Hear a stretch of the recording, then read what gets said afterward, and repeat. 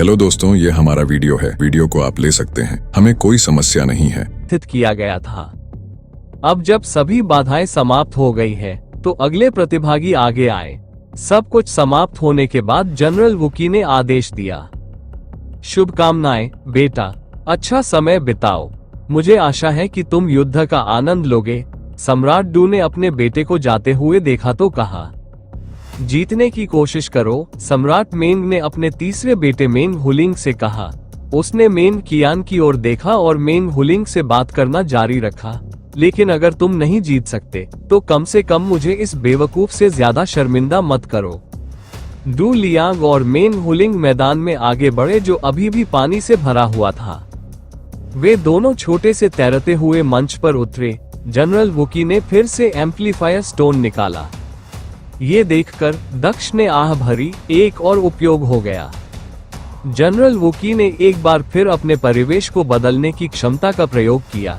इसके लिए उन्होंने प्रवर्धक पत्थर की मदद ली, जिसका प्रयोग करते ही उसकी चमक कुछ हद तक कम हो गई। जैसे ही पानी नीचे जाने लगा, जमीन फिर से बदल गई और वह लावा में बदल गई। 3 मंच अभी भी मौजूद थे, जिनमें से 2 पर दोनों उम्मीदवार खड़े थे जबकि एक खाली था। लावा, डू लियांग ने चारों ओर देखते हुए कहा। उसे ये बहुत रोचक लगा।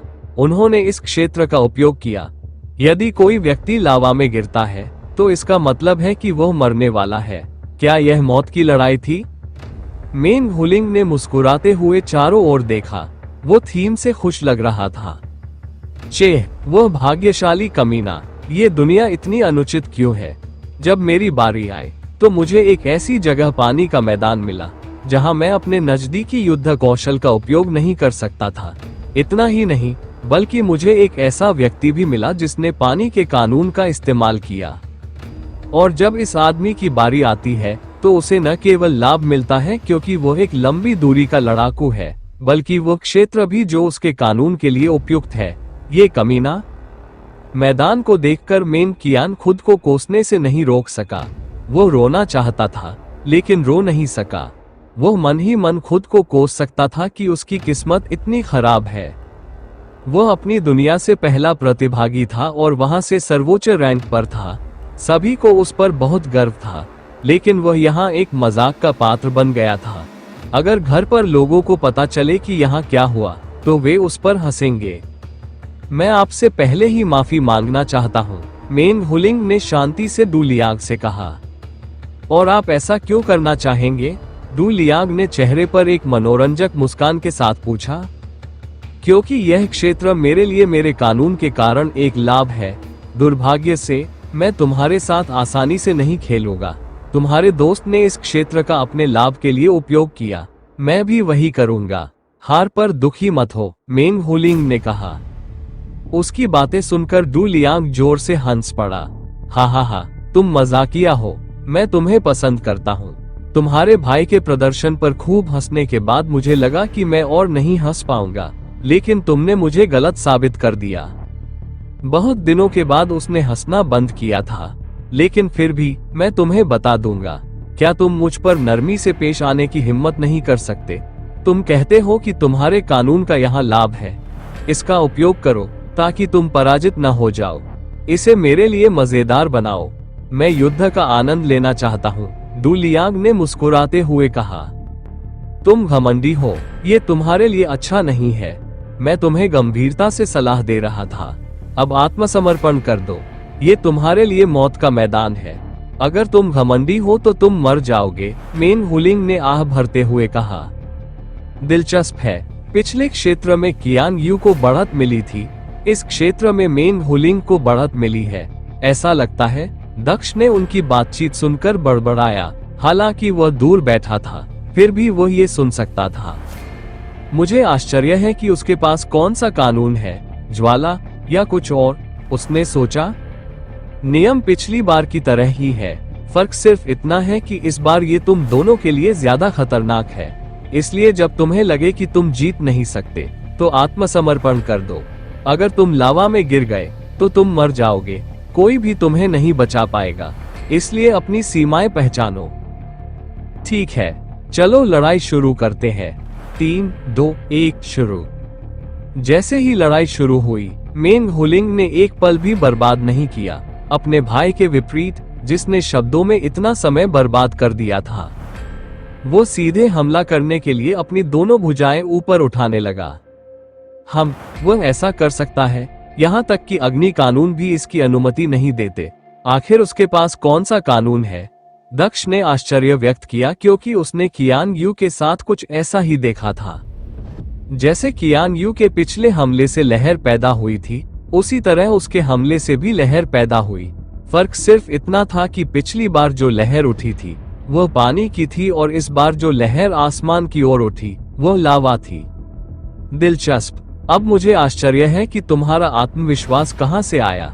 तुम्हारा हमला वाकई दिलचस्प है, और यह कियान यू के हमले से भी ज्यादा शक्तिशाली है, जिसने तुम्हारे भाई को मार गिराया था। दुर्भाग्य से तुम कियान यू नहीं हो, और मैं निश्चित रूप से तुम्हारा भाई नहीं हूँ। डू लियांग ने निराश होकर आह भरते हुए कहा, मैंने सोचा था कि आप मुझे कुछ अच्छा और मजेदार दिखाएंगे जिससे मेरा काम मुश्किल हो जाएगा, लेकिन जे आपने वह कर दिखाया। निराशाजनक, बहुत निराशाजनक। मुझे लगता है कि लड़ाई खत्म हो गई है, उन्होंने हाथ उठाते हुए कहा। जैसे ही उसने बोलना समाप्त किया, उसकी दोनों आंखों का रंग बदल गया।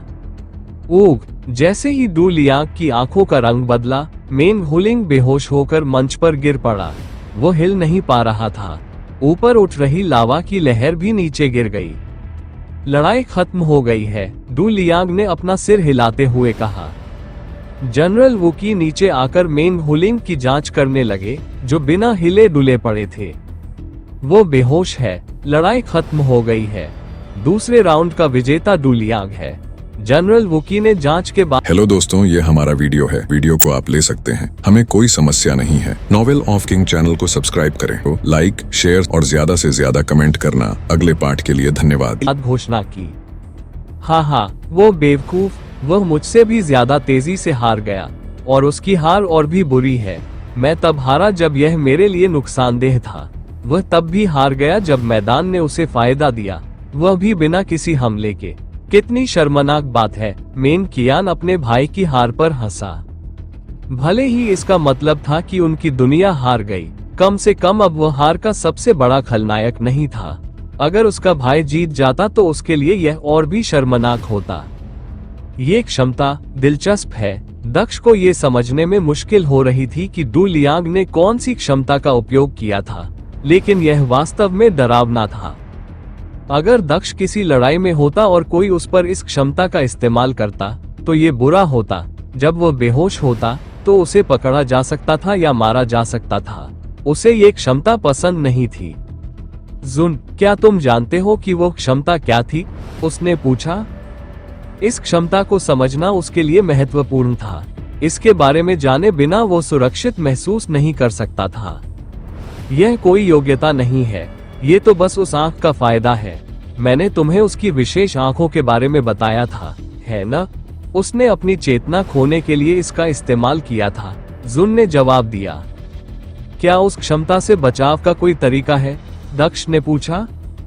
यह आसान है, बस 1 सेकंड से ज्यादा उसकी आंखों में मत देखो। उस बेवकूफ ने बहुत देर तक उसकी चमकती आंखों में देखा और बेहोश हो गया। इस क्षमता को काम करने में 2 सेकंड लगते हैं, इसलिए ऐसा मत करो और तुम सुरक्षित हो। इतना ही नहीं, जब भी तुम किसी की आंखों में चमक देखो तो सीधे मत देखो। सुरक्षित रहने का यही सबसे अच्छा तरीका है, जुन ने उसे समझाया। तो यही तरकीब है, क्या बचने का कोई और रास्ता नहीं है जहां हम होश खोए बिना देख सकें? अल्पविराम। दूसरा तरीका यह है कि आप अपनी आंखों की सुरक्षा के लिए उनके चारों ओर एक मूल ऊर्जा अवरोध बना लें। दुर्भाग्य से आप मूल ऊर्जा का उपयोग नहीं कर सकते, इसलिए यह आपके लिए असंभव है। इसलिए बस मेरी बात सुनो और जब तुम किसी की आंखों में चमक देखो तो उसमें मत देखो। तुम उसके माथे, नाक, होंठ कहीं भी देख सकते हो। जून ने दक्ष को अपनी सुरक्षा के बारे में सलाह दी। इसके अलावा मैं तुम्हें अब केवल इसलिए बता रही हूँ क्योंकि तुमने पिछली बार मेरी बात सुनी थी और तलवार वापस भेज दी थी। अगर तुम फिर से उस तलवार का इस्तेमाल करोगे जब तक कि कोई बहुत बड़ी आपात स्थिति न हो, तो मैं परेशान हो जाऊंगी, उसने दक्ष से कहा। चिंता मत करो, मैं अब इसका उपयोग केवल आपातकालीन स्थिति में ही करूंगा, दक्ष ने मुस्कुराते हुए जवाब दिया। हालांकि उसके मन में कुछ और ही विचार थे। मेरे लिए क्या आपातकालीन है, ये केवल मैं ही तय कर सकता हूँ, इसलिए वैसे भी इससे कोई फर्क नहीं पड़ता, उसने सोचा। अखाड़े में लड़ाई खत्म हो गई थी। जनरल वुकी ने मेंग हुलिंग को उठाया और उसे उसके पिता के पास वापस ले गया। डू लियांग अपने आप वापस चला गया। तुमने इसे बहुत जल्दी खत्म कर दिया। मुझे लगा कि मैं तुम्हारी और भी हरकतें देखूंगा, लेकिन तुम बहुत अच्छे थे। मुझे तुम पर बहुत गर्व है। सम्राट डू ने अपने बेटे की प्रशंसा करते हुए सम्राट मेंग की ओर देखा, जिसे 2 बार हार का सामना करना पड़ा था। वे अब जीत के एक कदम और करीब थे। तीसरी लड़ाई के बाद फाइनल शुरू होगा। उस दौर में जीत का मतलब उनके लिए जीत ही थी। उन्हें 20 दुनियाओं में संसाधन निष्कर्षण का अधिकार मिलेगा, जिसमें से अधिकांश अधिकार पहले स्थान पर रहने वाले व्यक्ति को मिलेंगे। उन्हें विश्वास था कि उनका बेटा ये युद्ध जीतेगा। इससे उनका साम्राज्य और भी मजबूत और अधिक संसाधन संपन्न हो जाएगा। क्या राजकुमार जैन अभी तक वापस नहीं आए हैं? जनरल वुकी ने ट्रिसियन के सम्राट से पूछा, जिन्होंने निराशा में अपना सिर हिलाया। जनरल ने घोषणा की, हम तीसरे राउंड के लिए 10 मिनट और इंतजार करेंगे। यदि राजकुमार पेई वापस नहीं आते हैं तो हम शुरू करेंगे। वे इस महत्वपूर्ण टूर्नामेंट को अनंत काल तक टाल नहीं सकते थे।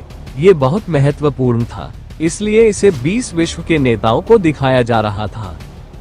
समय बहुत कम था। आमतौर पर उसे पहले ही जीशान की जीत की घोषणा कर देनी चाहिए थी, लेकिन चूंकि पेई जैन अपने साम्राज्य का राजकुमार था, इसलिए उसने 10 मिनट और दिए। 10 मिनट क्यों?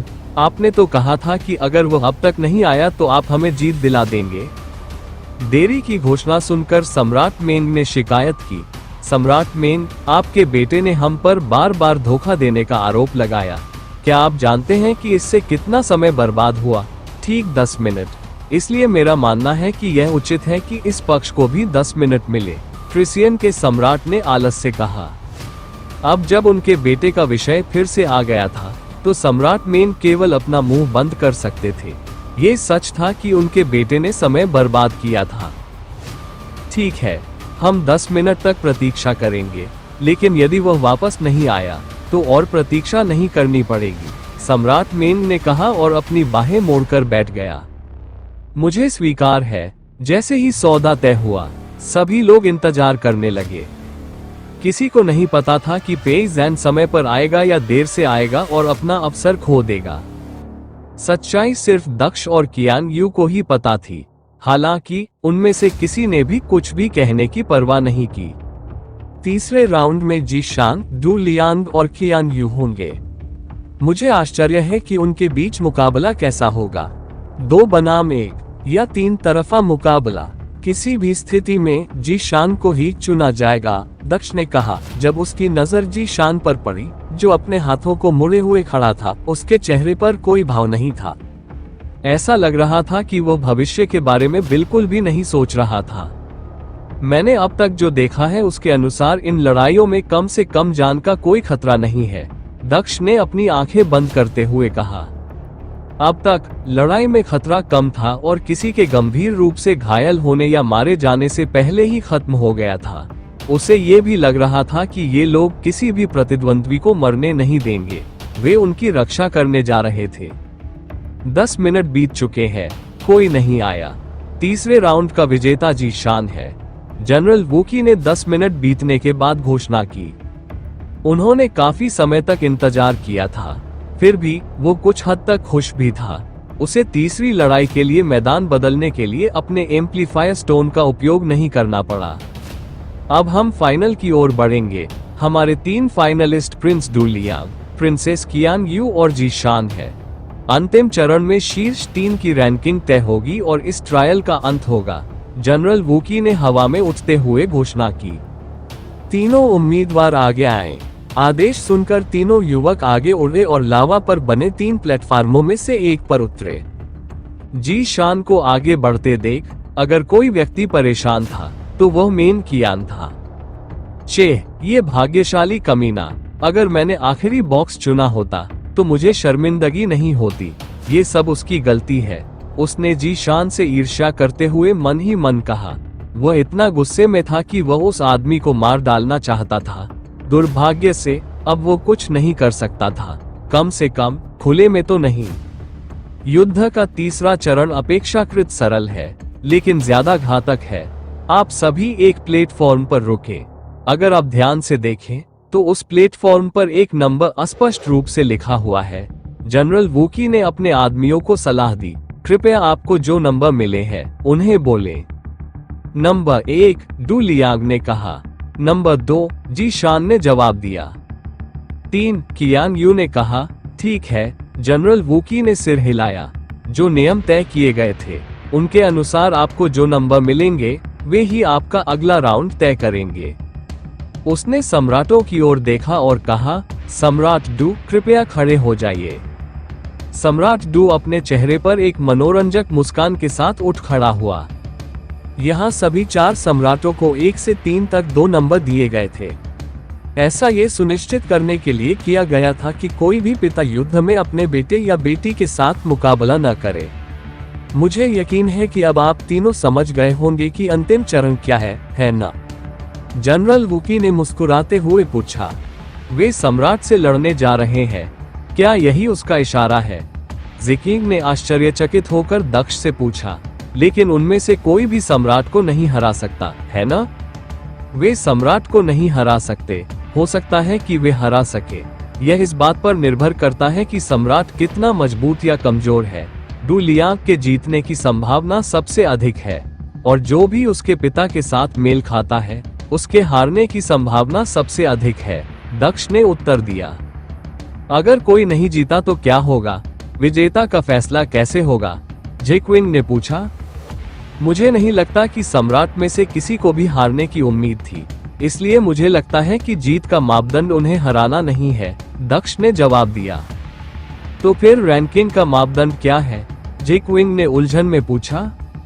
मुझे लगता है कि यह वह है जो बिना हारे सम्राट के खिलाफ लंबे समय तक टिके रहने में कामयाब होता है।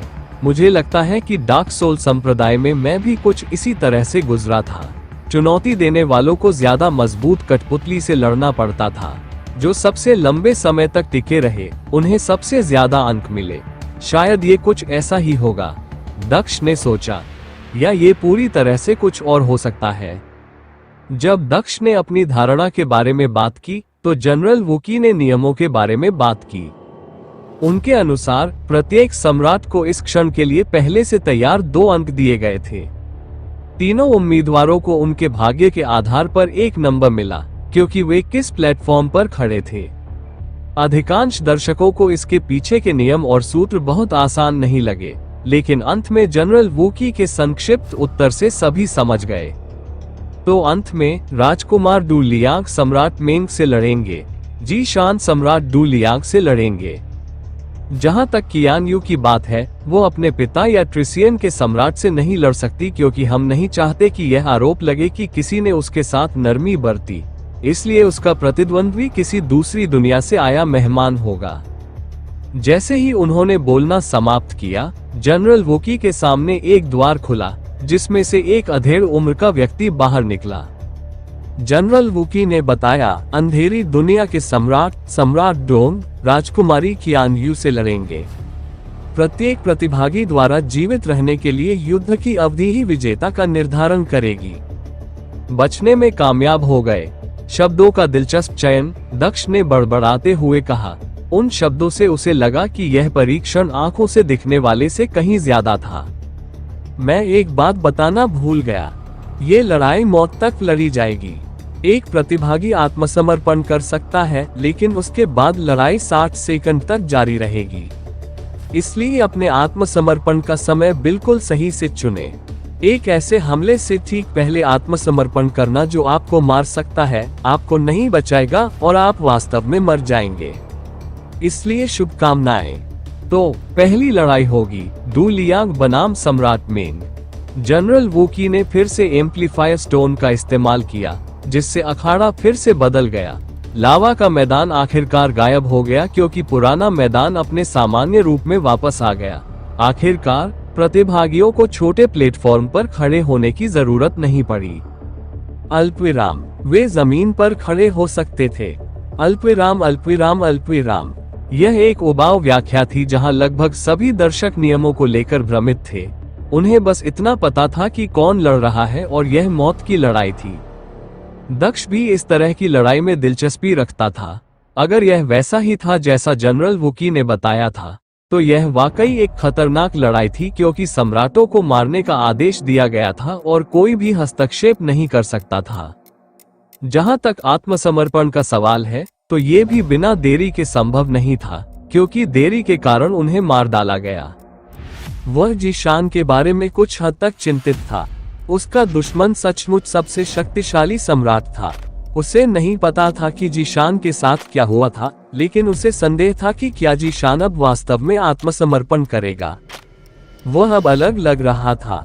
वो बहुत कम भावुक था। ऐसा नहीं लग रहा था कि उसे मौत की चिंता थी। दक्ष केवल यही उम्मीद कर सकता था कि यह बेवकूफ समय पर आत्मसमर्पण कर देगा। जनरल वुकी ने आदेश दिया, प्रथम प्रतिभागी राजकुमार डोलियांग, तुम मैदान में ही रहो, बाकी लोग वापस चले जाओ। कियांग यू और जी शान पीछे हट गए, जबकि सम्राट मेंग आगे बढ़े और डू लियांग के सामने खड़े हो गए। बच्चे, मैं तुम्हारे साथ नरमी नहीं बरतूंगा, और हो सकता है कि तुम 60 सेकंड भी जीवित न रह सको। इसलिए बेहतर होगा कि तुम अभी आत्मसमर्पण कर दो। अपनी जान से मत खेलो। सम्राट मेंग ने डू लियांग को चेतावनी दी। वो गंभीर था। उसका पूरा प्रयास डू लियांग को मारने पर था। जितनी जल्दी वो डू लियांग को मारेगा, जी शान के लिए यह उतना ही आसान होगा। इसका केवल एक ही नुकसान था, यदि वो डू लियांग पर बहुत कठोर होता तो उसके पिता जी शान को भी मार देते। लेकिन उसे इसकी परवाह नहीं थी। भले ही जी शान मर गया तो क्या हुआ, उस स्थिति में उसका बेटा नहीं था, इसलिए उसे सावधान रहने की जरूरत नहीं थी।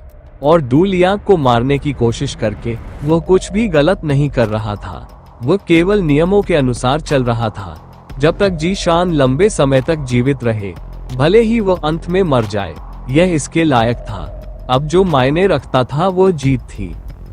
मुझे नहीं लगता कि आपको मेरे बारे में चिंतित होने की आवश्यकता है, सम्राट मेंग। इसके बजाय आप अपना ख्याल रखें, डू लियांग ने मुस्कुराते हुए कहा। तुम अति आत्मविश्वासी हो। मेरे हाथों मरने वाले ज्यादातर लोग भी अति आत्मविश्वासी थे। खैर, मैंने तुम्हें समझाने की पूरी कोशिश की। उसके बाद जो भी होगा वह तुम्हारी जिम्मेदारी है, सम्राट मेंग ने मुस्कुराते हुए कहा। मैं सारी जिम्मेदारी स्वीकार करता हूँ, डू लियांग ने जवाब दिया। उसने जनरल वुकी की ओर देखा और पूछा, क्या हम शुरू कर सकते हैं?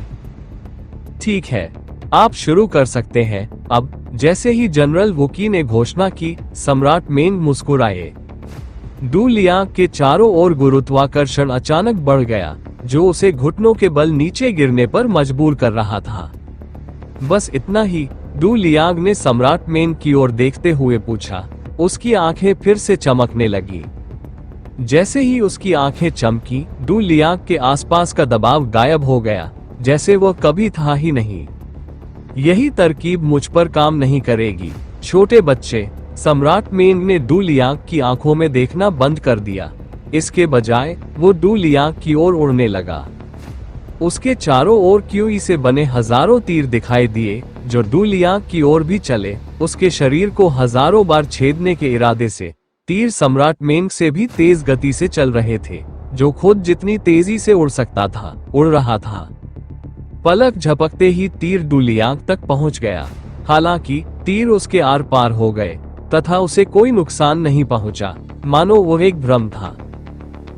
सम्राट मेंग ये देखकर हैरान रह गया कि जी शान ने क्या किया था। माया, वह ये सोचे बिना नहीं रह सका कि उसके सामने खड़ा डू लियांग एक भ्रम था या असली। अगर वह असली था तो उसे मारा जाना चाहिए था, और अगर वह एक भ्रम था तो असली डू लियांग कहाँ था?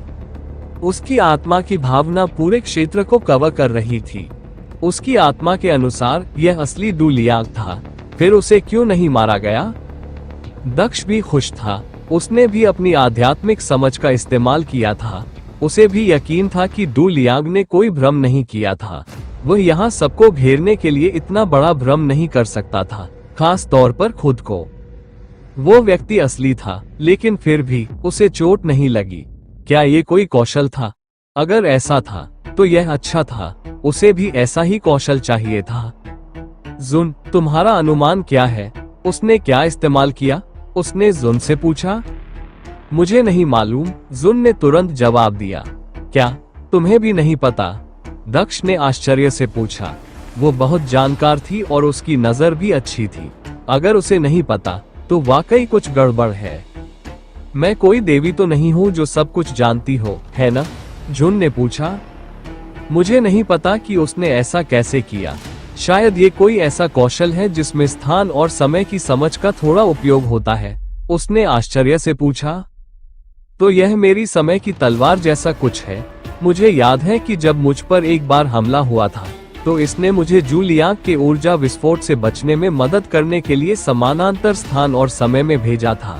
अगर यह कुछ ऐसा ही है तो ये समझ में आएगा, लेकिन फिर भी कैसे? दक्ष ने फिर पूछा। समय की तलवार ऐसा कर सकती है क्योंकि यह एक ईश्वरीय हथियार है। ये ब्रह्मांड के सबसे मजबूत नियमों द्वारा बनाया गया है। डू लियांग अलग है। वो कोई स्वर्गीय योद्धा नहीं है, वो भी एक नश्वर है। उसके पास ये कैसे हो सकता है? दक्ष के लिए ये समझ में नहीं आया। डू लियांग के पास एक ऐसा कौशल है जो एक गॉड ग्रेड हथियार की क्षमता के समान था। यह सही है, हालांकि यह मेरी धारणा है। वास्तविकता कुछ और ही हो सकती है, जुन ने उत्तर दिया। क्या तुम्हें लगता है कि उसने अंतरिक्ष के नियम को भी समझ लिया है? दक्ष ने फिर पूछा। मेरे पास भी अंतरिक्ष का नियम है, लेकिन मैं ऐसा नहीं कर सकता। ऐसा इसलिए है क्योंकि ऐसा करने के लिए आपको न केवल स्थान के नियम की समझ की आवश्यकता है, बल्कि समय के नियम की समझ की भी आवश्यकता है, शुन ने समझाया। तो उसके पास दो सर्वोच्च कानून है। कैसे? क्या तुम्हें लगता है कि मैं हर किसी के मन को पढ़ सकता हूँ? मुझे कैसे पता चलेगा कि वह कौन से नियम जानता है और कौन से नहीं? मैं तुम्हारी अनुमति के बिना तुम्हारा मन भी नहीं पढ़ सकता। अपना उत्तर पाने के लिए तुम्हें तब तक इंतजार करना होगा जब तक वो उन नियमों का निश्चित कौशल इस्तेमाल नहीं कर लेता, या फिर तुम खुद जाकर उससे पूछ सकते हो। जुन ने सभी सवालों से परेशान होकर कहा। ओह हाँ, एक और संभावना है, उसने कहा। क्या संभावना है? दक्ष ने पूछा। ऐसा इसलिए है क्योंकि उसे एक प्राचीन कौशल मिला है जो उसे ऐसा करने में मदद कर सकता है। ऐसे प्राचीन साधक थे जो कुछ हद तक नियमों को समझते थे। शायद किसी ने अंतरिक्ष और समय दोनों को थोड़ा बहुत समझा हो। अगर उस व्यक्ति ने अपनी समझ को एक किताब में लिख दिया और इसे एक ऐसा कौशल बना दिया जिसे मनुष्य समझ सके, तो यह इसे समझा सकता है, जुन ने उत्तर दिया। दिलचस्प है। किसी भी मामले में ये डू लियांग हर गुजरते सेकंड के साथ और अधिक खतरनाक साबित हो रहा है। उसके अपरंपरागत कौशल वास्तव में परेशानी पैदा कर सकते हैं, दक्ष ने अपनी ठुड्डी को रगड़ते हुए कहा। और अगर वो इतना अपरंपरागत है तो उसके पिता कितने अपरंपरागत होंगे? क्या मैंने सम्राटों को कम करके आंका? उसे लग रहा था कि वो इन लोगों के खिलाफ जा रहा है। सिर्फ उनके ही नहीं, उसके दिमाग में ये भी था कि वह हर उस व्यक्ति से लड़ेगा जिससे वह मिलेगा। इसलिए वह हमेशा उन कौशलों का मुकाबला करने के तरीके सोचने की कोशिश करता था जो उसे नजर आते थे। भले ही डू लियांग इन कौशलों का उपयोग उस पर नहीं कर रहा था, उसके दिमाग में दक्ष ही सम्राट मेंग के बजाय डू लियांग के साथ लड़ाई लड़ रहा था। इसके साथ ही वो दक्ष के बजाय सम्राट मेंग के खिलाफ भी लड़ रहा था। जब उसने डू लियांग को इस अजीब कौशल का उपयोग करते देखा तो उसका मन उलझन में पड़ गया। सम्राट मेंग ही वह व्यक्ति था जो वास्तव में डू लियांग से लड़ रहा था, और वह और भी अधिक उलझन में था। आखिर डू लियांग ने कौन सा कौशल इस्तेमाल किया? जब उस पर हमला हुआ तो वह एक भ्रम की तरह क्यों दिख रहा था? ठीक है, मेरा हमला स्वीकार करो। वो डू लियांग के पास पहुंचकर दहाड़ा और डू लियांग की छाती की ओर मुक्का मारा। जैसे ही उसकी मुट्ठी डू लियांग के पास पहुंची, वो डू लियांग के शरीर से भी ऐसे गुजर गई जैसे वो आदमी अस्तित्व में ही न हो। क्या? वो डू लियांग के पीछे खड़ा रहा और लगातार हमला करता रहा, लेकिन डू लियांग ने कोई प्रतिक्रिया नहीं की। डू लियांग बस हाथ जोड़कर शांति से खड़ा रहा और धीरे धीरे पीछे मुड़ा और चेहरे पर एक मनोरंजक मुस्कान के साथ सम्राट को देखता रहा। उसकी आंखें अभी भी चमक रही थीं, जिसे सम्राट ने देखने से परहेज किया। क्या बकवास है, क्या तुम सचमुच एक भ्रम हो? कायरों की तरह छिपना बंद करो और अपना असली रूप दिखाओ। 1 मिनट से अधिक समय तक लगातार हमला करने के बावजूद डू लियांग पर एक बार भी प्रहार न करने पर सम्राट ने हार मान ली। यह कोई हुनर नहीं हो सकता। कोई भी हुनर इतने लंबे समय तक कारगर नहीं होता। यह शायद एक भ्रम था। लेकिन असली डू लियांग कहाँ है? यही तो उसे आश्चर्य था। चाहे उसने कितनी भी कोशिश की, वो उसे ढूंढ नहीं पाया। यह मैदान इतना बड़ा नहीं था। उसकी आध्यात्मिक समझ ने आसानी से पूरे क्षेत्र को कवर कर लिया। लेकिन अजीब बात यह थी कि उसे केवल एक डू लियांग ही दिखाई दिया। यह वही था जो उसके सामने खड़ा था। क्या तुम अपने बेटे जैसी ही नहीं हो? डू लियांग ने चेहरे पर एक मनोरंजक मुस्कान के साथ पूछा। तुम उसकी हरकतों से शर्मिंदा लग रही थी, लेकिन तुम भी वही कर रही हो। तुम्हारा क्या मतलब है? सम्राट मेंग ने गुस्से में पूछा। क्या इस आदमी का मतलब ये था कि वह खुद को शर्मिंदा कर रहा था? जैसा कि मैंने कहा, आपके बेटे ने भी यही किया। जब उसे पता चला कि वह कियांग यू से हारने वाला है, तो उसने उससे कहा कि वह अपनी ताकत का इस्तेमाल न करके एक मर्द की तरह लड़े। क्या आप मुझसे भी यही नहीं पूछ रहे हैं? अपनी क्षमताओं का इस्तेमाल न करके मुझे हरा देने के लिए? डू लियांग ने पूछा। वैसे भी मैं तुम्हें ऐसा करने के लिए बाध्य करता। मुझे भी छिपना पसंद नहीं है, लेकिन जैसा कि मैंने कहा, मेरे पिता ने मुझसे वादा किया था कि मैं वास्तव में तुमसे नहीं लड़ूंगा। वह बिना किसी कारण के चिंतित है। खैर, चूंकि मैंने अपने बूढ़े पिता से वादा किया था, इसलिए मैं उनकी बात मानूंगा। भले ही इसका मतलब ये हो कि मैं सम्राटों में से एक के खिलाफ दिल खोलकर लड़ने का अवसर खो दूंगा, उसने कहा। काया, तुमने मेरी तुलना मेरे बेटे से करने की हिम्मत कैसे की? तुम मुझसे नहीं लड़ रहे हो और केवल छिप रहे हो। इसके विपरीत वह लड़की खुलेआम लड़ रही थी। अपने खोल में छिपना बंद करो। सम्राट ने दहाड़ते हुए फिर से हमला किया, लेकिन हमला। हेलो दोस्तों, ये हमारा वीडियो है। वीडियो को आप ले सकते हैं, हमें कोई समस्या नहीं है। नॉवेल ऑफ किंग चैनल को सब्सक्राइब करें, तो लाइक, शेयर और ज्यादा से ज्यादा कमेंट करना। अगले पार्ट के लिए धन्यवाद। विफल रहा। लियांग र लड़ाई के 5 मिनट खत्म हो गए हैं। अब वापस आने का समय है। डू लियांग शांति से खड़ा होकर सम्राट मेंग के निरर्थक संघर्ष को देख रहा था। तभी उसने एक आवाज सुनी। वह आवाज उसके पिता की थी। ठीक है, मुझे लगता है कि इसे खत्म करने का समय आ गया है। काश मैं वास्तव में लड़ पाता। मैं आपसे माफी मांगता हूँ।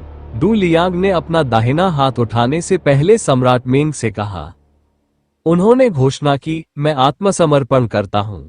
घोषणा करने के बाद वह 60 सेकंड तक प्रतीक्षा करने लगा, जिसमें सम्राट मेंग ने सभी संभव हमले किए। दुर्भाग्य से कोई भी हमला उस पर नहीं हुआ। ठीक है, लड़ाई खत्म हो गई है। रुको। डू लियांग के आत्मसमर्पण के 60 सेकंड बाद जनरल वुकी ने युद्ध रोकने का आदेश दिया। सम्राट मेंग ने थककर हमला करना बंद कर दिया। उसकी सांसें तेज हो रही थीं। इन 6 मिनटों में उसने अपनी सारी ताकत लगा दी थी, लेकिन एक भी वार उसके दुश्मन पर नहीं हुआ। पहली लड़ाई खत्म हो गई है। प्रिंस डू लियांग 6 मिनट तक टिके रहे। अगर कोई अन्य उम्मीदवार 6 मिनट से अधिक समय तक नहीं टिकता है, तो विजेता शीर्ष रैंक वाले प्रिंस डू लियांग होंगे।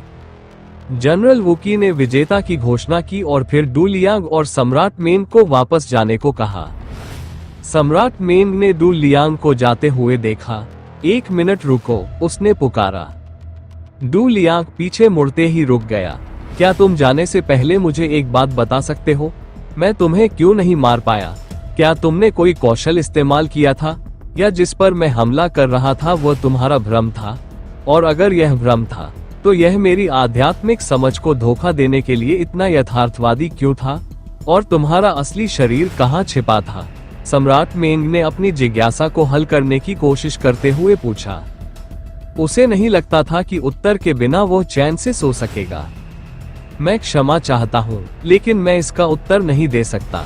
मेरे पिता ने मुझसे वादा किया था कि मैं इस रहस्य को कभी उजागर नहीं करूंगा। डू लियांग ने गंभीरता से उत्तर दिया और फिर वह मुड़ा और चला गया। वो अपने पिता के पास वापस आया और उनके पास बैठ गया। अच्छा काम किया मेरे बेटे, सम्राट डू ने अपने बेटे से कहा। डू लियांग ने अपनी आंखें घुमाई और कोई जवाब नहीं दिया। क्या तुम इस बात से नाराज हो कि मैंने तुम्हें युद्ध में पूरी ताकत से लड़ने नहीं दिया? इसके पीछे मेरा एक कारण था। कृपया अपने इस पिता को माफ कर दो। सम्राट डू ने अपने बेटे से माफी मांगते हुए मुस्कुराते हुए पूछा। ठीक है, सिर्फ इस बार, लेकिन तुम्हें मेरे खिलाफ लड़ना होगा और मैं तुम्हारे साथ नरमी नहीं बरतूंगा, डू लियांग ने अपने पिता की ओर देखते हुए कहा। सम्राट डू को झिझक महसूस हुई, लेकिन अंततः वह सहमत हो गया। ठीक है, लेकिन मेरे खिलाफ लड़ाई में ज्यादा कठोर मत बनो। मुझे एक बात बताओ, डू लियांग ने अपने पिता से पूछा। आपने मुझे 5 मिनट बाद ही आत्मसमर्पण करने के लिए क्यों कहा? मैं और अधिक समय तक टिक सकता था, तो सिर्फ 5 मिनट क्यों? क्योंकि 5 मिनट का समय काफी है। मैं जीशान को हराने में इतना समय नहीं लगाऊंगा। लड़ाई को और लंबा खींचना बेकार था। 5 मिनट पहले से ही बहुत लंबे हैं। कियांग यू 3 मिनट से ज्यादा नहीं टिक पाएगा।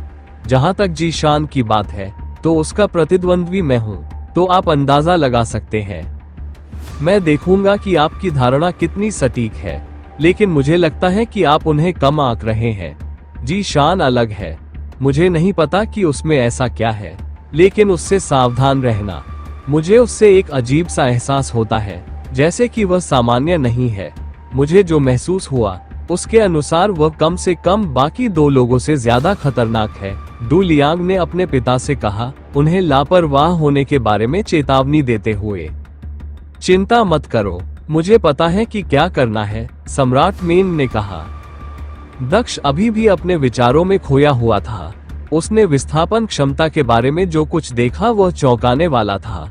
उसे उसमें कोई कमजोरी नजर नहीं आई। वो अभी भी सोच रहा था कि अगर कभी उसे इस क्षमता का सामना करना पड़ा तो वो उसका मुकाबला कैसे कर सकेगा। कियान यू के बिना दूसरी लड़ाई पहले ही शुरू हो चुकी थी, लेकिन दक्ष लड़ाई में शामिल नहीं था। इसके बजाय वो अभी भी इस बारे में सोच रहा था कि डू लियांग के कौशल का मुकाबला कैसे किया जाए। भले ही मैं केवल अनुमान लगा रहा हूँ, मेरा मानना है कि उसने स्थानिक विस्थापन का उपयोग किया है। समय की तलवार भी इसका उपयोग करती है। शायद मैं उसका मुकाबला करने के लिए समय की तलवार का उपयोग कर सकता हूँ।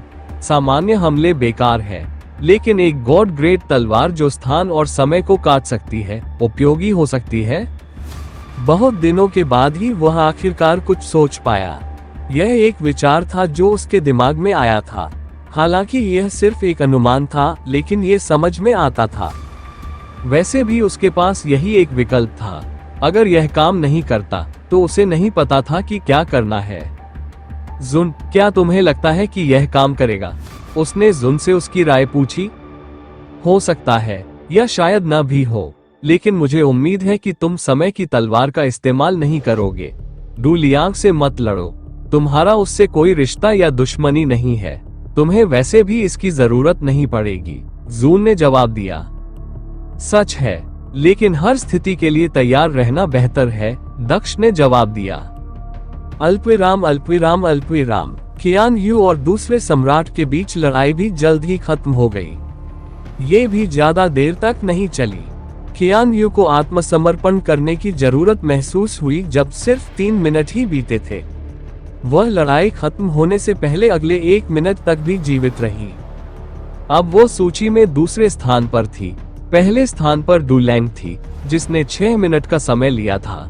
दूसरे स्थान पर कियान यू थी, जिसने 4 मिनट का समय लिया था। राजकुमारी कियान यू 4 मिनट तक टिकी रही। राजकुमार डू लियांग अभी भी आगे चल रहे हैं। अगर जीशान 6 मिनट के भीतर हार जाते हैं या मारे जाते हैं, तो राजकुमार डू लियांग फेंगशू की दुनिया के लिए ये जीत हासिल कर लेंगे। अगर जीशान लंबे समय तक टिके रहते, तो वे जीत जाते। लेकिन अंतिम लड़ाई से पहले हम दोनों पक्षों को रणनीति बनाने के लिए 3 मिनट का समय देंगे, जनरल वुकी ने घोषणा की। दोनों तरफ देखते हुए उसने कहा, सम्राट डू और जीशान, कृपया 3 मिनट बाद अखाड़े में आइए। हालांकि उन्होंने रणनीति बनाने के लिए 3 मिनट का समय दिया था, लेकिन फेंगशू के पक्ष ने इसकी जरा भी परवाह नहीं की। वे सभी आश्वस्त थे कि सम्राट डू 5 मिनट से पहले ही युद्ध समाप्त कर देंगे। दूसरे पक्ष ने भी ज्यादा बातचीत नहीं की।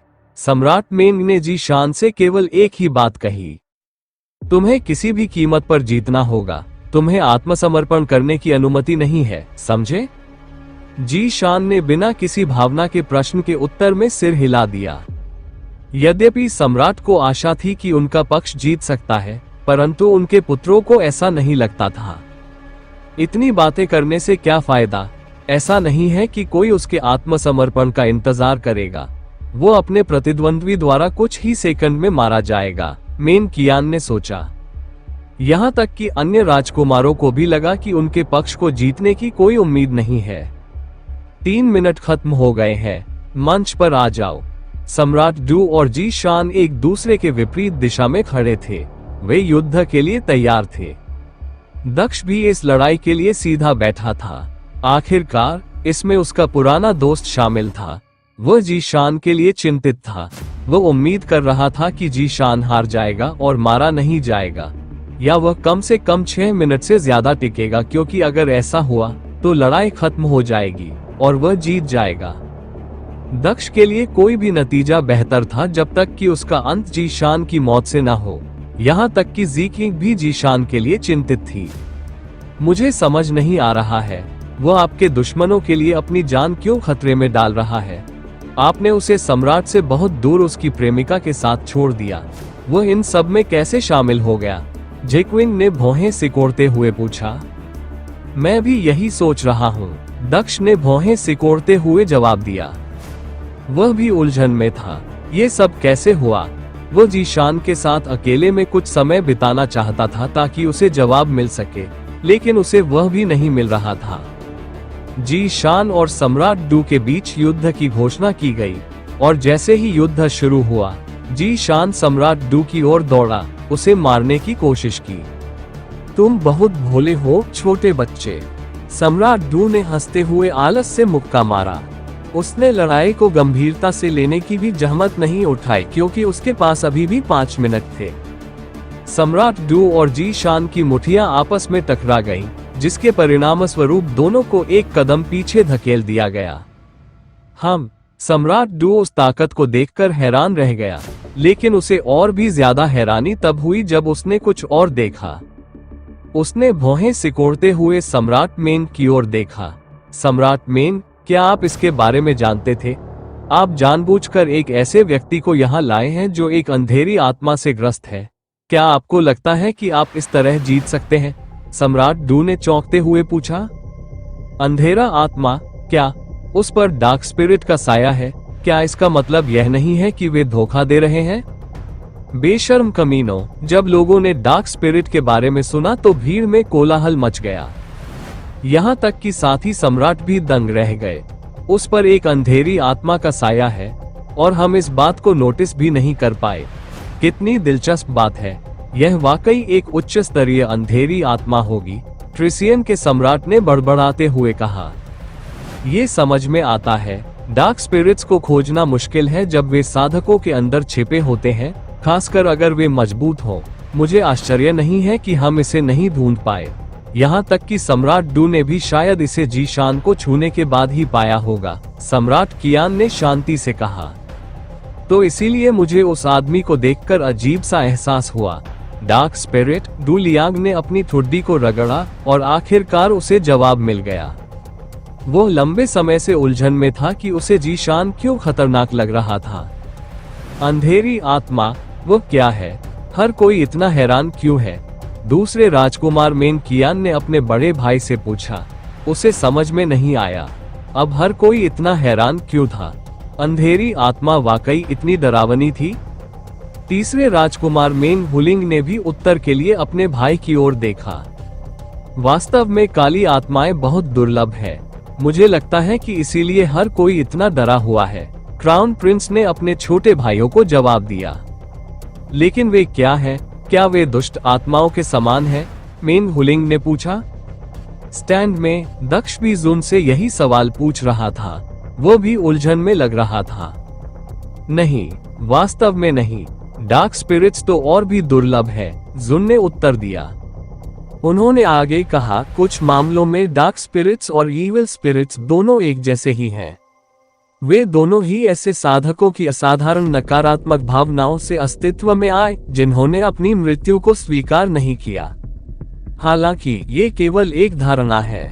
कोई भी वास्तव में नहीं जानता कि आत्मा बनने के लिए क्या मापदंड है। ये प्रश्न लाखों वर्षों से विद्वानों को परेशान कर रहा है। आत्मा बनने और निर्वाण से पुनर्जन्म चक्र में प्रवेश करने के बीच क्या अंतर है? खैर, इसे अलग रखें। बुरी आत्माएं और अंधेरी आत्माएं दोनों एक ही तरह से दिखाई देती है। उन्होंने आगे कहा, तो फिर दोनों में क्या अंतर है? दक्ष ने पूछा।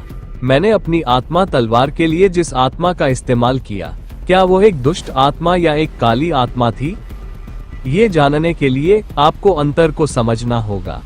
डार्क स्पिरिट्स वे हैं जो जीवित रहने के समय से ही अपनी शक्तियों को साथ लेकर चलती है।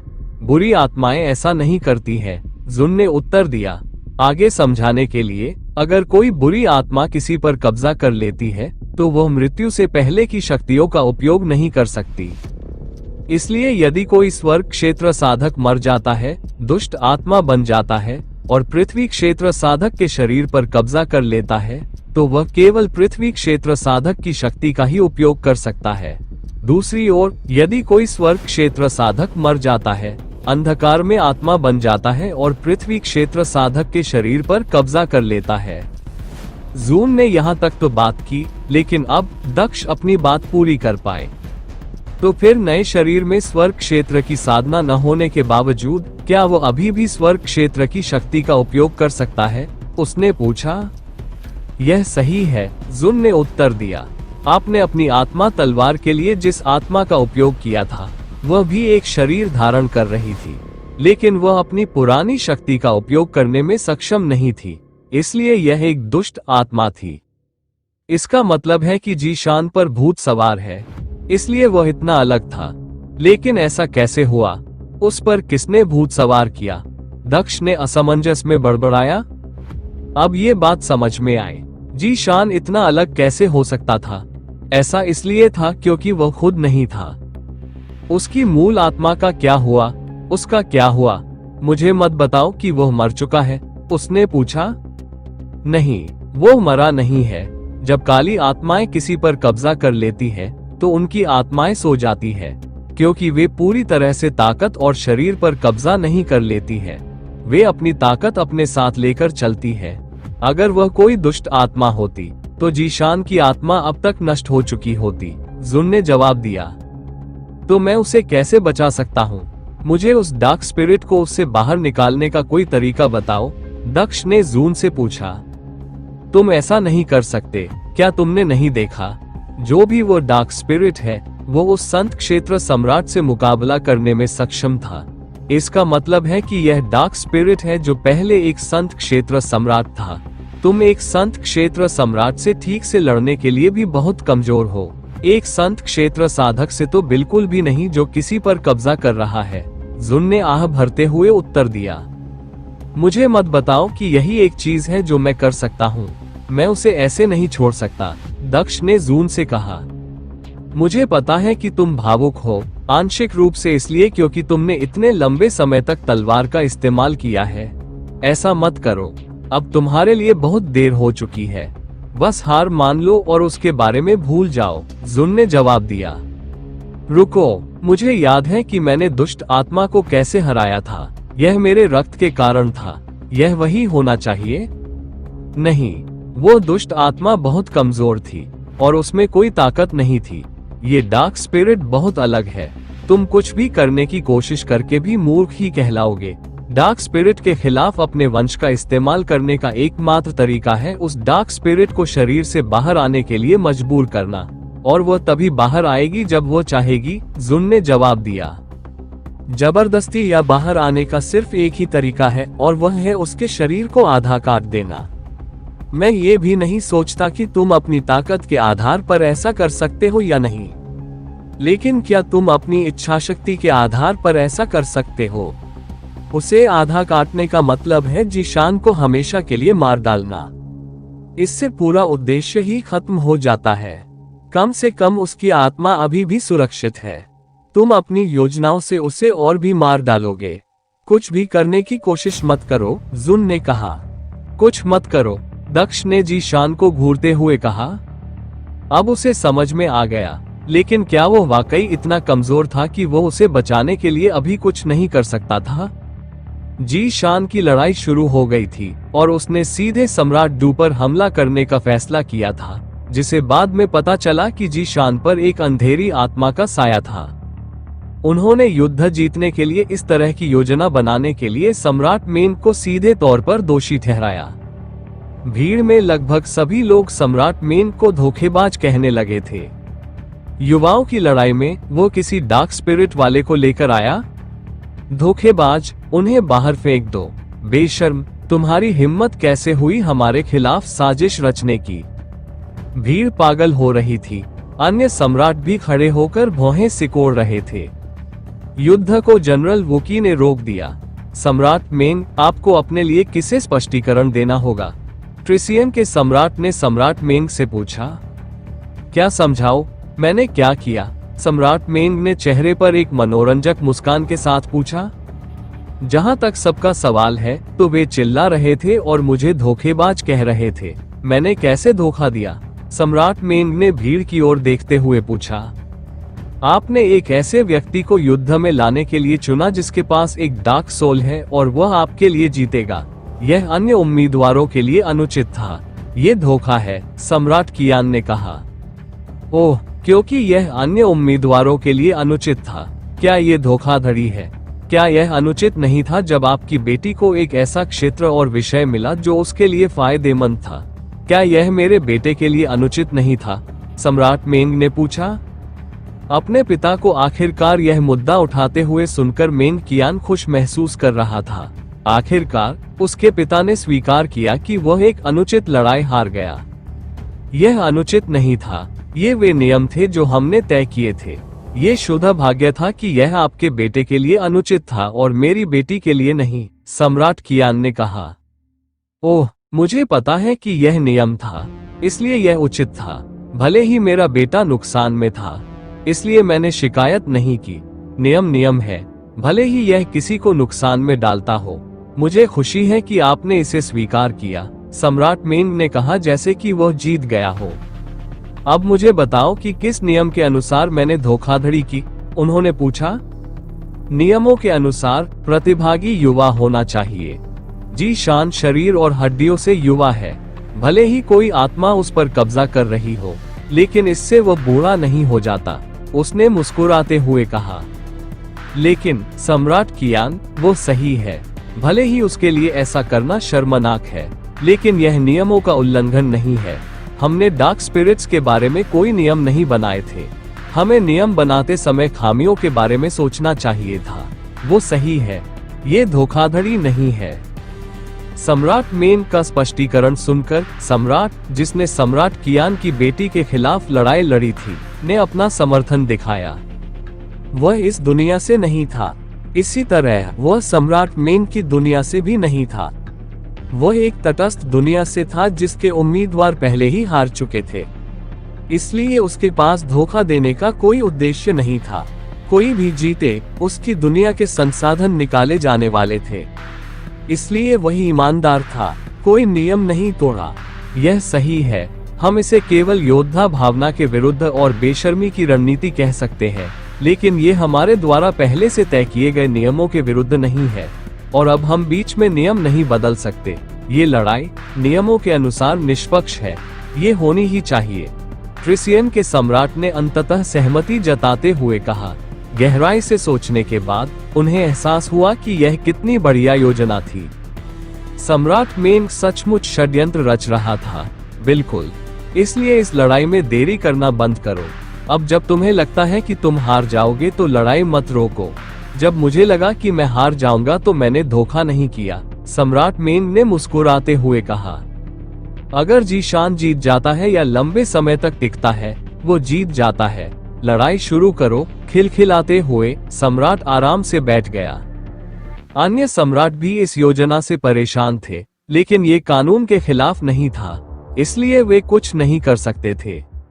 वे सब भी बैठते ही वापस चले गए। तो क्या हुआ अगर तुम एक डार्क स्पिरिट हो? इसका मतलब सिर्फ इतना है कि मुझे अब तुम्हारे साथ नरमी से पेश आने की जरूरत नहीं है, सम्राट डू ने जीशान को घूरते हुए कहा। आराम से जाओ। हा, सम्राट डू, मैं तुम्हें कुछ बताना चाहता हूँ। यदि तुम सोचते हो कि तुम उसके साथ नरमी से पेश आ रहे थे तो तुम बहुत भोले हो। दोबारा सोचो, वो तुम्हारे साथ नरमी से पेश आ रहा था, सम्राट मेंग ने हंसते हुए कहा। वो बहुत खुश था। उन्होंने मूल रूप से युद्ध जीत लिया था। उन्होंने लड़ाई जीत ली थी और 20 दुनियाओं के संसाधनों को लेने का अधिकार भी। उसके साम्राज्य की ताकत में बहुत वृद्धि होने वाली थी। इन सभी संसाधनों के साथ वे सबसे बड़े और सबसे मजबूत साम्राज्य बनने जा रहे थे। वो पहले से ही आगे के महान भविष्य को देख सकता था, जिससे वो बेकाबू होकर हंसने लगा।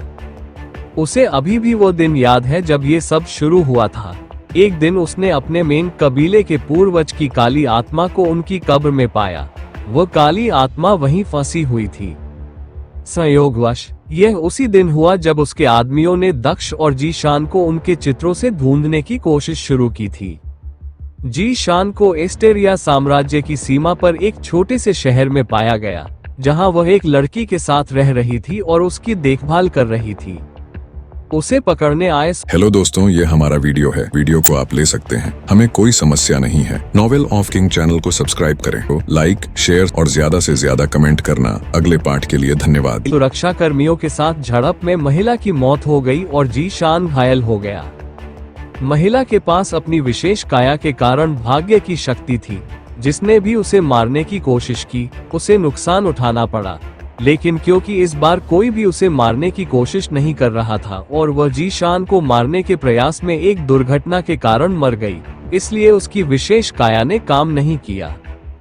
महिला की हत्या जीशान की आंखों के सामने ही कर दी गई।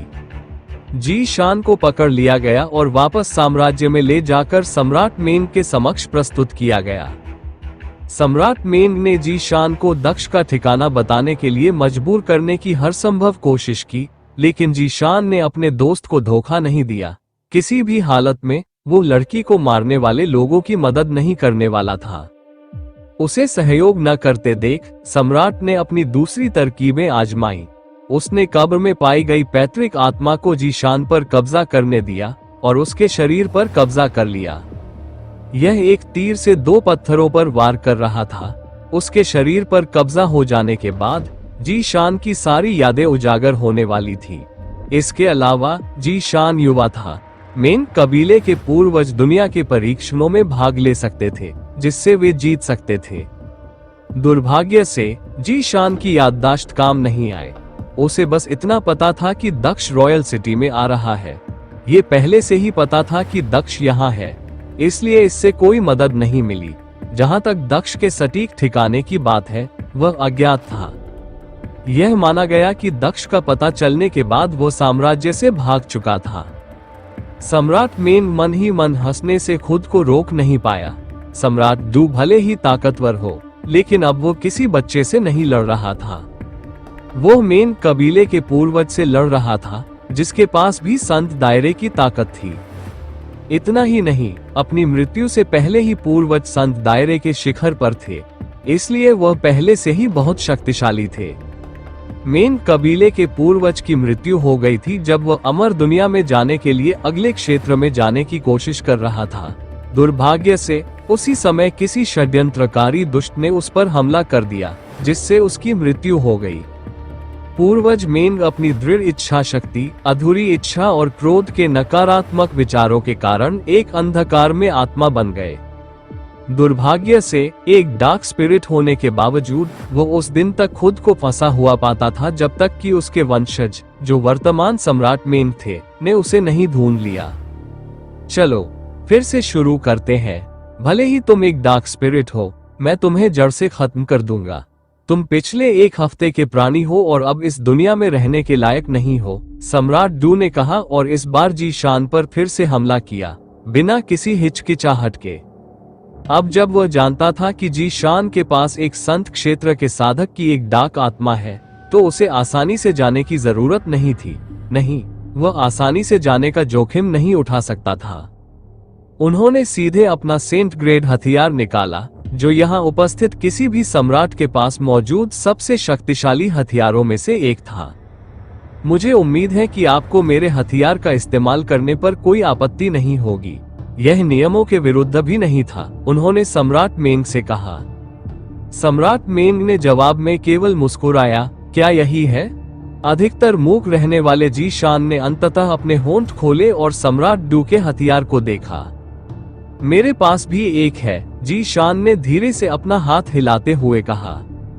जी शान के हाथ में एक हथियार दिखाई दिया, जो चांदी के निशानों वाला एक काले रंग का दरांती जैसा लग रहा था। एक संत ग्रेड हथियार। सम्राट मेंग, क्या आपने उसे अपना हथियार दिया? सम्राटों में से एक ने सम्राट मेंग से पूछा, क्योंकि उसने जी शान के हाथ में हथियार देखा था। मैंने उसे दिया नहीं, ये वह हथियार है जो मेरे जन्म से पहले ही उसका था। उसने सिल्वर शैटरिंग साइथ का इस्तेमाल किया जो उसके नाम के साथ जुड़ गया। यह उस डार्क स्पिरिट का हथियार है जब वो जीवित था। एक संत ग्रेड हथियार। दिलचस्प। यह सही है, ये हमारे पूर्वज मेंग का हथियार है। मुझे तो ये भी नहीं पता था कि यह मौजूद है और कहाँ छिपा है, लेकिन जब वह वापस आया तो उसे अपनी दरांती भी मिल गई। सम्राट मेंग ने मुस्कुराते हुए कहा। पूर्वज मेंग, तो वह आपके पूर्वज हैं। ये चौंकाने वाला खुलासा सभी के लिए आश्चर्य की बात थी। वे जानते थे कि यह एक शक्तिशाली डार्क स्पिरिट थी, लेकिन यह सम्राट मेंग के पूर्वज की आत्मा थी। इसका मतलब था कि यह किसी भी यादृच्छिक सेंट रियल्म डार्क स्पिरिट से ज्यादा खतरनाक थी। अल्पविराम अल्पविराम अल्पविराम अल्पविराम। पूर्वज मेंग, आपसे फिर से मिलकर अच्छा लगा। तो आप कौन से पूर्वज थे? हमारी दुनिया के बीच पोर्टल खुलने के बाद या उससे पहले? चिंता मत करो, मैं आपके साथ उतना ही सम्मान से पेश आऊंगा जितना आप हकदार हैं, सम्राट डू ने मुस्कुराते हुए कहा। उसकी आंखें भी चमकने लगीं। एक मिनट रुको, उसकी आंखें डू लियांग जैसी हैं। विशेष शारीरिक बनावट। हमें इसके बारे में कभी पता कैसे नहीं चला? कमाल है। तो वो अपना हुनर छुपा रहा था। सम्राट डू ने वास्तव में अपना रहस्य अच्छी तरह छुपाया है। सम्राट डू की आंखें देखकर सभी चौंक गए। वे डू लियांग की आंखों के बारे में जानते थे और जानते थे कि इससे उसकी ताकत और भी बढ़ गई थी। लेकिन सम्राट डू पहले से ही इस दुनिया के सबसे शक्तिशाली सम्राटों में से एक था। उसके पास ऐसी आंखें क्यों थीं? वो मूल रूप से एक वयस्क डू लियांग था। जबकि हर कोई इस बात पर सोच रहा था कि सम्राट डू ने क्या खुलासा किया, दक्ष एक अलग बात के बारे में सोच रहा था। डू लियांग ने उस स्थानिक विस्थापन चाल का इस्तेमाल किया था जिससे उसे मारा जाना असंभव था। जब उसने इसका इस्तेमाल किया तो उसकी आंखें चमक रही थी। तो जो भी कौशल था, उसके लिए इन आंखों की आवश्यकता थी। क्या इसका मतलब यह नहीं था कि सम्राट डू भी यही कोशिश कर रहा था, या वह कोई अलग चाल चल रहा था? अगर यह पहले वाली चाल थी, तो क्या यह उसे अजेय नहीं बनाती? दक्ष ने भी यही अनुमान लगाया था कि समय की तलवार से इस कौशल को तोड़ा जा सकता है। उसे यकीन नहीं था, लेकिन जी शान के लिए उस कौशल को तोड़ना मूल रूप से असंभव था। और अब जब ये पता चला कि जी शान के पास डार्क स्पिरिट है, तो सम्राट डू उसे मारने जा रहा था, वह भी बहुत आसानी से। जी शान तब तक मरने वाला था जब तक कि जी शान उस रहस्यमय स्थानिक विस्थापन कौशल का मुकाबला करने के लिए कोई कौशल नहीं खोज लेता। सम्राट डू लियांग की तरह निष्क्रिय नहीं था। उसने खड़े होकर दुश्मन को उस पर हमला करने नहीं दिया। इसके बजाय वो अपनी तलवार लेकर जी शान की ओर भागा। जी शान अपनी दरांती लेकर सम्राट डू की ओर दौड़ा। जी शान ने अपनी दरांती उठाई और उसे नीचे की ओर घुमाया ताकि सम्राट डू को दो टुकड़ों में काट सके। दरांती रहस्यमयी रोशनी से चमकने लगी, जिससे वातावरण अस्थिर हो गया, यहाँ तक कि आसमान भी बादलों से ढक गया। इसके साथ ही सम्राट डू ने तलवार को रोकने के इरादे से तलवार से हमला किया। दरांती और तलवार दोनों एक दूसरे को छूने वाले थे, लेकिन तलवार दरांती के आर पार ऐसे निकल गई जैसे उसका अस्तित्व ही न हो। सम्राट डू भी इसी तरह दरांती के बीच से बिना रुके गुजर गया। इतना ही नहीं, वह जी शान के बीच से भी ऐसे गुजरा जैसे वो कोई भ्रम हो। जी शान जल्दी से पीछे मुड़ा। उसे पता था कि उसने गलती की है, लेकिन तब तक बहुत देर हो चुकी थी। एक तलवार ने उसकी पीठ पर वार किया, जिससे उसकी पीठ कट गई। पीछे एक गहरा घाव रह गया। सौभाग्य से जीशान तेज था और जल्दी से आगे बढ़ा, जिससे वो 2 टुकड़ों में कटने से बच गया। उसकी पीठ से खून बह रहा था, लेकिन उसे बहुत ज्यादा चोट नहीं लगी थी। हालांकि ये दर्दनाक लग रहा था। दक्ष ने जब देखा कि जीशान को चोट लगी है, तो वो अपनी मुट्ठी बंद किए बिना नहीं रह सका। भले ही यह पूर्वज मेंग और सम्राट डू के बीच लड़ाई थी, लेकिन यहाँ जो घायल हो रहा था वह जीशान था। वो बेचारा आदमी, उसने पहले ही बहुत कुछ खो दिया था। उसने अपनी प्यारी औरत को खो दिया, जिसे उसकी आंखों के सामने ही मार दिया गया। उसे लंबे समय तक कैद में रखा गया, प्रताड़ित किया गया। फिर उसे एक और लड़की मिली, जिसे भी उसकी आंखों के सामने मार दिया गया, आंशिक रूप से इसलिए क्योंकि वह दक्ष से जुड़ी हुई थी। और यह सब काफी नहीं था, उसे फिर से प्रताड़ित किया गया और अब उसने अपना शरीर भी खो दिया। ये सब उसकी आंखों के सामने हुआ और दक्ष कुछ नहीं कर सका सिवाय इसके कि वह बुरा महसूस करे। उसे अपने अंदर कुछ करने की अजीब सी इच्छा हो रही थी, लेकिन वो कुछ नहीं कर पा रहा था। ये लड़ाई खत्म होने वाली थी। वो उस डार्क स्पिरिट को बाहर लाकर दक्ष की मदद करने में असहाय था। और जिस तरह से ये लड़ाई आगे बढ़ी, जीशान स्पष्ट रूप से हार की ओर था। वो सम्राट डू को भी नहीं मार सका, केवल निशाना साध कर रह गया। अब तो सम्राट मेंग भी भौचक्के रह गए। इस आदमी में उसके बेटे जैसी ही परेशान करने वाली क्षमता क्यों है? ये कॉकरोच। अगर इस आदमी को मारना पिछले वाले की तरह ही मुश्किल है, तो चीजें समस्याग्रस्त हो सकती हैं। मुझे समझ नहीं आ रहा है, आखिर यह क्षमता क्या है? ये पहली बार है जब मैं इसे देख रहा हूँ। कितना अच्छा होगा अगर मैं उसके बेटे से इसके रहस्य के बारे में पता लगा सकूं, सम्राट मेंग ने डू लियांग की ओर देखते हुए कहा। उनके पास दशकों का अनुभव और व्यापक ज्ञान था, लेकिन फिर भी वे इस बात की सच्चाई को समझ नहीं पाए। क्या हुआ? तुम्हें खून बह रहा है? क्या तुम्हें चोट लगी है? पूर्वज मेंग। सम्राट डू ने पूर्वज मेंग को काटने के बाद उसका मजाक उड़ाया। तुम नासमझ नौजवान हो, तुम बहुत ज्यादा आत्मविश्वासी हो, जीशान ने भारी आवाज में कहा, क्योंकि उसके चारों ओर का माहौल बदल गया था। अल्पविराम अल्पविराम अल्पविराम। अद्भुत। तो ये हमारे पूर्वज हैं। वह बहुत शक्तिशाली हैं। सिर्फ उनकी आभा ही मुझे सिहरन पैदा कर रही है। मुझे यकीन है कि वह जरूर जीतेंगे। ये भ्रम तकनीक कितनी भी अनोखी क्यों न हो, पूर्वज इससे टुकड़े टुकड़े कर देंगे और हमारे लिए यह प्रतियोगिता जीत लेंगे। मेंग कियान ये जानकर बहुत उत्साहित था कि जीशान ही पूर्वज मेंग है। वह जोर से जयकारे लगाने लगा। दूसरे भाई, क्या आप कुछ भूल रहे हैं? मेंग हुलिंग ने मुस्कुराते हुए पूछा। क्या भूल गए? मेंग कियान ने भौहें सिकोड़ते हुए पूछा। आप भूल रहे हैं कि आपने पहले परीक्षण में जीशान के साथ कैसा व्यवहार किया था, और यहाँ तक कि पहले भी। अब जब ये बात सबके सामने आ गई है कि यह हमेशा से हमारे पूर्वज थे, तो क्या इसका मतलब यह नहीं है कि आप पूर्वज का अपमान कर रहे थे, उनका मजाक उड़ा रहे थे और उनका श्रेय चुरा रहे थे? मेंग हुलिंग ने हंसते हुए पूछा। ये मेंग कियान का चेहरा पीला पड़ गया, क्योंकि उसे एहसास हुआ कि उसने क्या किया है। उसे कोई आपत्ति नहीं होगी। उसने पहले कभी शिकायत नहीं की। इसके अलावा मुझे नहीं पता था कि यह हमारे पूर्वज थे। मुझे दोष नहीं दिया जा सकता। शायद उसने कुछ नहीं कहा क्योंकि वह युवा पीढ़ी के व्यवहार का परीक्षण करना चाहता था। अगर ऐसा है तो वह निश्चित रूप से लड़ाई खत्म होने के बाद तुम्हें दंडित करेगा। मैं तुम्हें सुझाव दूंगा कि तुम अपनी गर्दन तैयार रखो। वो गुस्से में तुम्हें मार भी सकता है। मेंग हुलिंग ने अपने भाई से बदला लेने की कोशिश करते हुए कहा।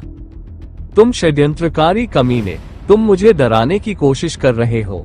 पूर्वज मुझे कभी नहीं मारेंगे। मैं उनकी रक्तरेखा हूँ, मेंग कियान ने जवाब दिया।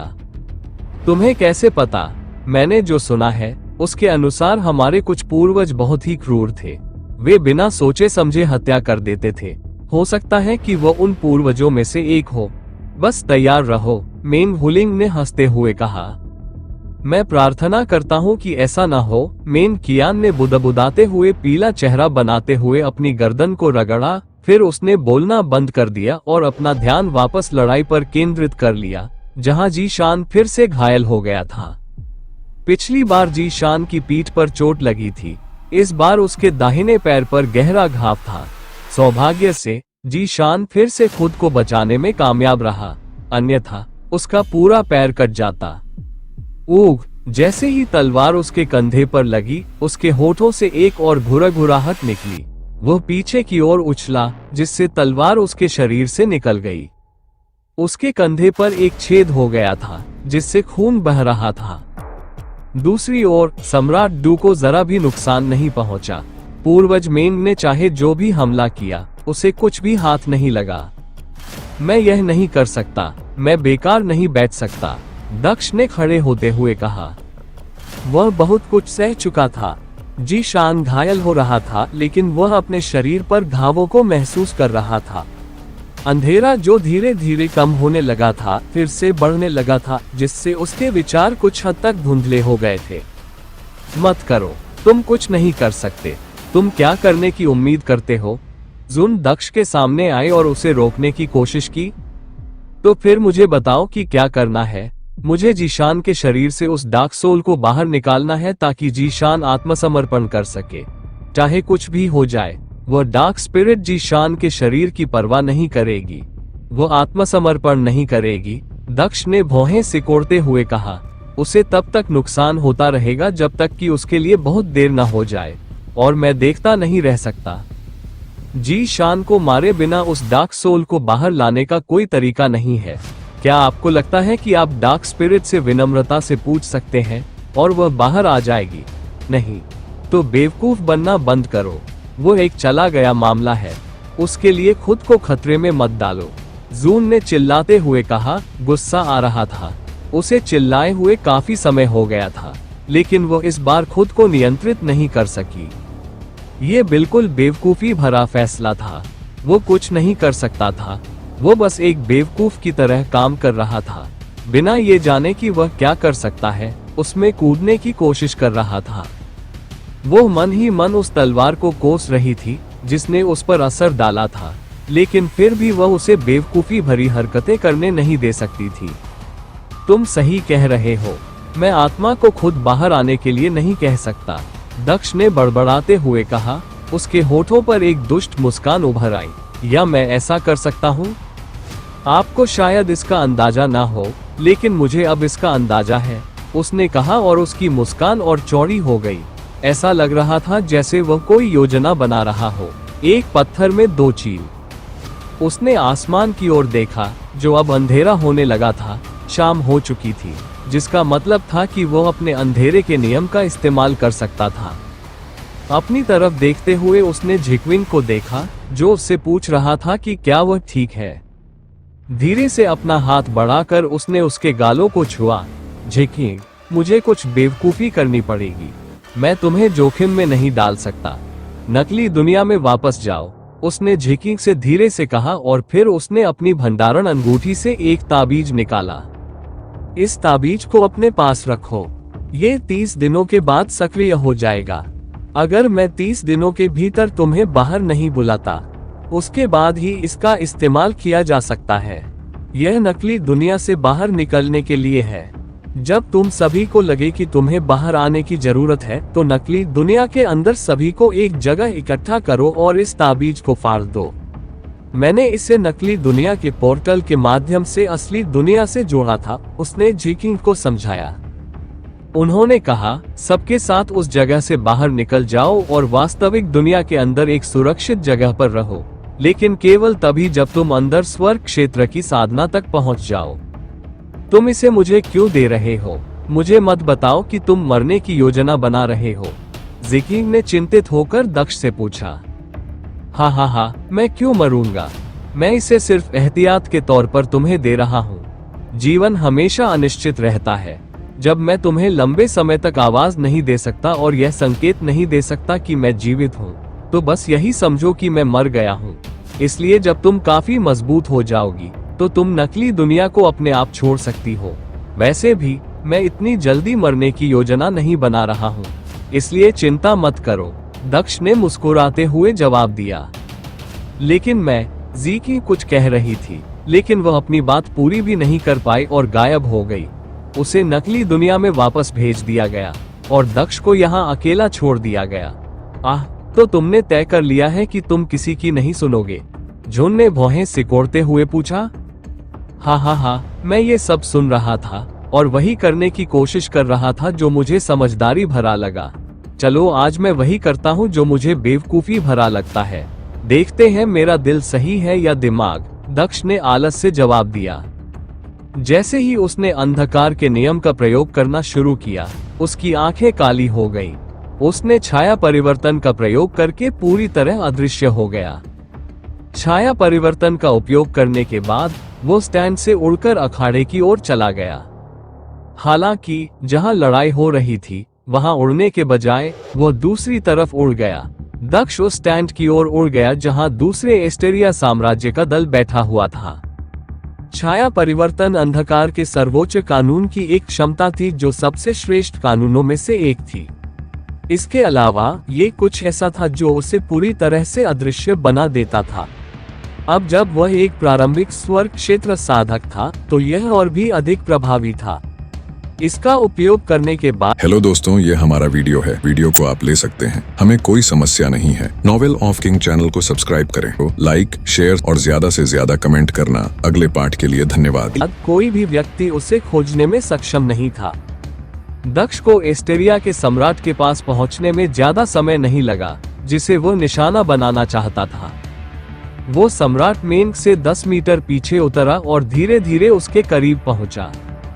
उसके चेहरे पर एक अंधकार छाया थी जो उसकी गहरी काली आंखों के साथ मिश्रित थी। वो एक सच्चे राक्षस जैसा लग रहा था। उसने अपना हाथ दाईं ओर हिलाया। उसके हाथ में एक काली तलवार अचानक से प्रकट हुई। तलवार जंग लगी हुई लग रही थी, लेकिन साथ ही नई भी लग रही थी जो उसे खूबसूरत बना रही थी। जैसे ही समय की तलवार दक्ष के हाथ में आए, दक्ष के चारों ओर का काला आभामंडल कई गुना बढ़ गया। अंधकार की इस अत्यधिक मात्रा के कारण छाया परिवर्तन के लिए भी दक्ष की अत्यधिक आभा को छिपाना मुश्किल हो गया, जिसे सम्राट मेंग ने नोटिस किया और वह भौहें सिकोड़ते हुए जल्दी से पीछे मुड़ते हुए खड़ा हो गया। बिना कुछ सोचे समझे सम्राट मेंग ने अपनी तलवार निकाल ली। वो किसी को नहीं देख पा रहा था, लेकिन भयावह आभा से साफ पता चल रहा था कि कोई उसे निशाना बनाने के इरादे से आसपास ही मौजूद है। आभा ने सम्राट मेंग को दक्ष का स्थान भी बता दिया, जो अब तक इस आदमी को नहीं देख सका था। मर जाओ, सम्राट ने दहाड़ते हुए अपनी तलवार उस दिशा में घुमाई जहां से उसे आभा आती हुई महसूस हुई। दुर्भाग्य से जैसे ही हमला उस स्थान पर पहुंचा, आभा अचानक गायब हो गई। इसके बजाय आभा अब सम्राट मेंग के पीछे थी। दक्ष ने सम्राट मेंग के ठीक पीछे टेलीपोर्ट करने के लिए अपनी टेलीपोर्टेशन क्षमता का इस्तेमाल किया था, जो हमला करने में अधिक व्यस्त था। इसके साथ वो सम्राट के करीब पहुंचने में सक्षम था। चौंककर सम्राट मेंग ने पीछे मुड़ने की कोशिश की, लेकिन बहुत देर हो चुकी थी। एक काली जंग लगी तलवार की तीखी धार उसके छेद के पास रखी हुई थी। सम्राट मेंग, मैंने सुना है कि आप मुझे ढूंढ रहे थे। चिंता मत करो, मैं खुद आपके पास आया हूँ। ओह, एक और बात, मैं आपको सलाह दूंगा कि आप पीछे न मुड़े क्योंकि मेरा हाथ आपके दिमाग से तेज है।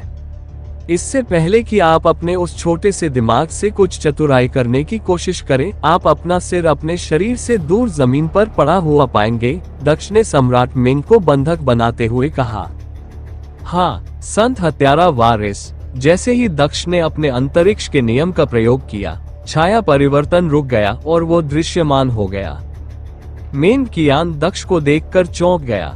वो डरकर पीछे हटने के अलावा कुछ नहीं कर सका। मेंग हुलिंग भी हैरान रह गया।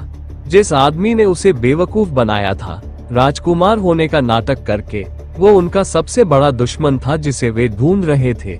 उसे अभी भी याद है कि जब उसे दक्ष के बारे में सच्चाई बताई गई थी तो वह कितना अभिभूत हो गया था। वह अपने दुश्मन को अपने घर लाने के लिए भी शर्मिंदा था। वह इसे भूलने और आगे बढ़ने की बहुत कोशिश कर रहा था, लेकिन दक्ष वापस आ गया था। न केवल वह वापस आ गया था, बल्कि उसने अपने पिता को भी बंधक बना लिया था। आखिर इस आदमी में कितनी हिम्मत थी। दूसरे और तीसरे राजकुमार ने पाया कि वे बहुत परेशान थे। केवल एक व्यक्ति जिसने प्रतिक्रिया व्यक्त की वह था क्राउन प्रिंस, जो अधिक उम्र का और अधिक परिपक्व था। क्राउन प्रिंस ने अपनी तलवार निकाली और उसे दक्ष पर तान दिया। मेरे पिता को तुरंत छोड़ दो, नहीं तो मैं तुम्हें मार डालूंगा। मैं तुम्हारे पिता को क्यों मुक्त करूं? चेह, क्या तुम मूर्ख हो? अगर मेरा इरादा उन्हें मुक्त करना था तो मैं उनकी गर्दन पर तलवार क्यों रखूंगा? क्राउन प्रिंस बहुत होशियार नहीं है ना? दक्ष ने मजाक में पूछा। तुम कमीने, क्या तुम मरना चाहते हो? युवराज ने लाल चेहरे के साथ दहाड़ते हुए कहा। मुझे अपनी मृत्यु की इच्छा के बारे में नहीं पता, लेकिन तुम निश्चित रूप से अपने पिता के लिए मृत्यु की इच्छा रखती हो। तुम उस आदमी का अपमान कर रही हो जो तुम्हारे पिता को एक पल में मार सकता है। जैसा कि मैंने कहा, तुम बहुत होशियार नहीं हो। जो भी हो, चाहे तुम कितने भी मूर्ख हो, तुम दूसरे राजकुमार से ज्यादा मूर्ख नहीं हो सकते। दक्ष सम्राट के पीछे खड़ा था, इसलिए वो दिखाई नहीं दिया, लेकिन अपने बेटे की बातें सुनकर उसे एहसास हुआ कि उसे बंधक बनाने वाला कोई और नहीं बल्कि सेंट किलर वारिस था, जिसे वह किसी भी कीमत पर मारना चाहता था। वो आदमी न केवल भागकर छिप गया, बल्कि उस पर हमला करने के लिए यहाँ तक आ गया। नहीं, वह मुझे मारने के लिए यहाँ नहीं आया है। अगर वह मुझे मारना चाहता तो मैं पहले ही मर चुका होता। वह क्या चाहता है? उसे मुझसे जरूर कुछ चाहिए। सम्राट मेन ने भौहें सिकोड़ते हुए सोचा।